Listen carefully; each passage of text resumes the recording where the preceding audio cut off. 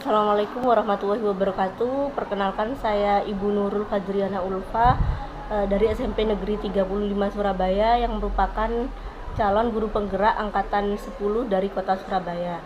Nah, di sini saya tidak sendiri, saya ditemani oleh Ibu Sari yang merupakan rekan sejawat dari saya yang merupakan guru bimbingan konseling kelas 8. Baik, Assalamualaikum Bu Sari. Waalaikumsalam Bu Nurul. Ya, bagaimana kabarnya hari ini Bu Sari? Alhamdulillah sehat, senantiasa bahagia selalu. Amin. Ya, alhamdulillah. Baik Bu Sari, kita di sini akan melaksanakan kegiatan praobservasi ya. Jadi kegiatan praobservasi ini adalah suatu percakapan awal agar nantinya ketika Bu Sari melaksanakan kegiatan pembelajaran di kelas ketika akan disupervisi menjadi lebih siap. Oke. Nah, tujuan supervisi sendiri itu adalah nantinya saya akan mengevaluasi jalannya kegiatan pembelajaran yang akan dilakukan oleh Ibu Sari di kelas. Itu baik. Untuk kegiatan praobservasi ini saya akan menanyakan beberapa pertanyaan pada Bu Sari. Baik, yang pertama adalah apa tujuan Bu Sari dalam melakukan layanan atau pembelajaran di kelas? Oke, terima kasih Bu Nurul atas pertanyaannya.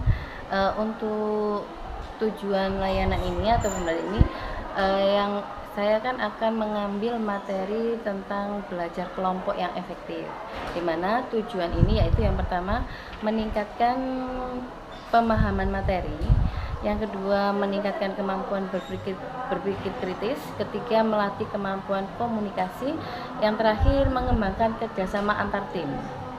Baik, jadi tujuan layanannya atau tujuan pembelajarannya ada 4 Bu Sari. Baik, selanjutnya area pengembangan mana yang ingin Bu Sari kembangkan?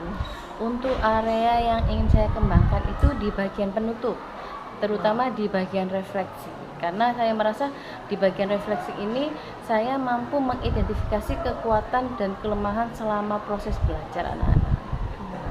Baik, jadi saya menangkap Bu Sari menyampaikan area pengembangan yang ingin dikembangkan lebih jauh adalah bagian penutup, yaitu bagian refleksi ya.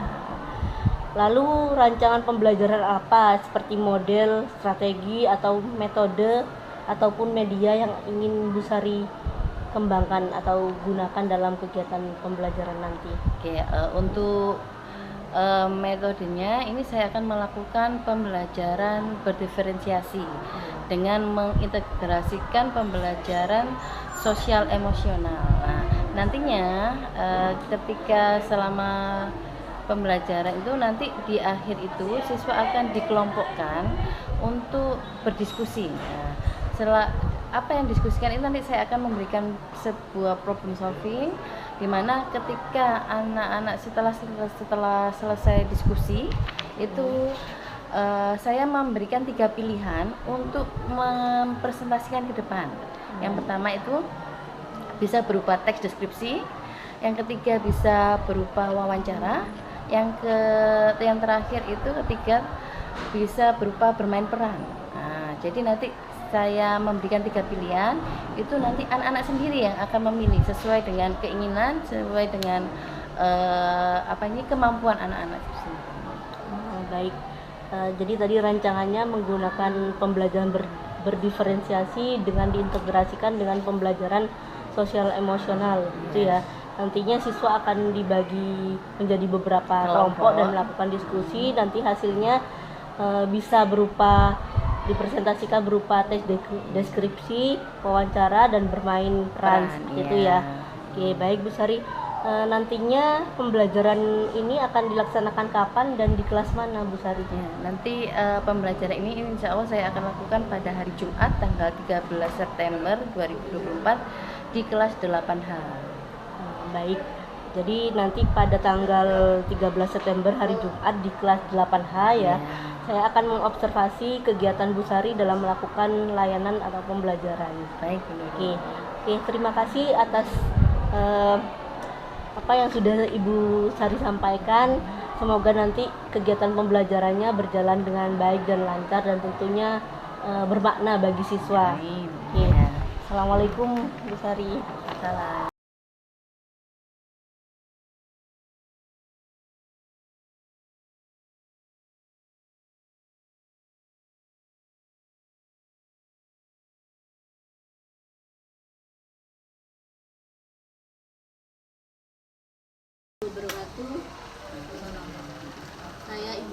Adriana Ulfa dari SMP Negeri 35 Surabaya, merupakan CGP angkatan 10 kelas 340B. Di sini saya tidak sendiri, saya ditemani oleh Ibu Hernawati selaku pengajar praktik saya, dan di samping saya ini ada Ibu Sari, merupakan rekan sejawat saya, merupakan guru bimbingan konseling kelas 8. Nah, baik, bagaimana kabarnya Bu Herna hari ini? Maaf. Alhamdulillah. Kalau Bu Sari bagaimana keadaannya? Alhamdulillah. Sehat ya. Alhamdulillah kalau semuanya diberikan kesehatan, semoga kita selalu dilimpahi kesehatan dan keselamatan. Baik, pada hari ini kita akan melakukan ini Bu Sari, kegiatan atau obrolan mengenai pasca observasi ya, pasca observasi yang merupakan rangkaian supervisi akademik.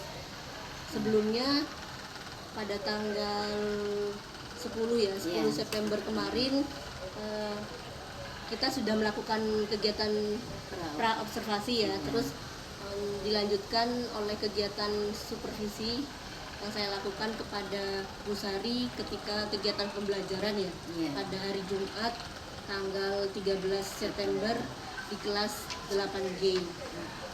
Jadi pada hari ini kita akan melaksanakan kegiatan pasca observasi. Nah, dalam kegiatan pasca observasi ini saya akan mengajukan beberapa pertanyaan pada Bu Sari terkait jalannya kegiatan pembelajaran yang sudah Ibu Sari lakukan kemarin pada hari Jumat pada kelas 8G. Jadi saya langsung saja Bu Sari. Bagaimana perasaan Bu Sari setelah melakukan kegiatan pembelajaran pada kelas 8G kemarin? Alhamdulillah, untuk setelah melakukan pembelajaran kemarin itu perasaan saya itu senang, serta bangga melihat antusias anak-anak dalam mengikuti pembelajaran saya kemarin. Memang ada beberapa kendala, tapi kan itu tidak mempengaruhi proses pembelajaran saya. Jadi Bu Sari merasa senang dan lega ya, karena sudah melakukan pembelajaran sesuai dengan yang sudah dirancangkan ya. Jadi kemarin kan Bu Sari sudah menunjukkan modul ajarnya pada saya dan menjelaskan strategi dan rancangannya. Itu ketika kemarin dilaksanakan pembelajaran di kelas itu sudah sesuaikah dengan modul ajar yang Ibu Sari buat? Insya Allah dalam pelaksanaannya sesuai dengan modul ajar yang saya buat. Jadi sesuai runutannya, sesuai ininya, insya Allah sudah saya laksanakan sesuai dengan modul. Dimulai dari strategi dan dimulai dari strateginya, kemudian nanti pelaksanaannya, kemudian prakteknya juga. Jadi sudah sesuai. Meskipun mungkin tadi Bu Sari sudah menyampaikan ada beberapa kendala. Mungkin bisa diceritakan kendalanya seperti apa yang terjadi ketika kegiatan pembelajaran berlangsung. Yang saya alami kendalanya itu waktu pembentukan kelompok. Ketika saya ketika saya memberi kebebasan ke siswa untuk membentuk kelompok, itu suasananya itu ramai. Jadi anak-anak itu berebutan, ayo kelompok saya. Jadi ramainya itu tidak terkondisi seperti itu. Jadi saya kemudian saya biarkan anak-anak untuk bereksplor itu, mencari teman sekelompoknya tanpa ada bimbingan dari saya. Juga untuk membentuk saya bebaskan, silakan pilih sendiri. Yang tidak sesuai itu ramenya itu tidak terkontrol jadinya. Jadi ada sedikit kendala ya ketika pembagian kelompok. Ini siswa sedikit tidak terkontrol ya. Kemudian untuk yang selanjutnya itu ternyata ketika diberi kebebasan itu cenderung yang siswa aktif itu sendiri, yang pasif sendiri. Nah itu masalahnya juga ada di situ. Lalu apa upaya Bu Sari untuk mengatasi hal tersebut ketika kemarin ternyata seperti ini? Nah, ketika Tidak saya sesuai. lihat ternyata kok ada yang tidak dapat, kadang ada yang aktif sendiri. Pas akhirnya saya menggunakan random, jadi pakai wheel ini yang di aplikasi HP itu untuk menentukan kalau kelompok satu nanti anggotanya siapa itu. Jadi saya tidak Seperti lotre itu iya ya. kan di aplikasi ada gitu, saya random pakai ini.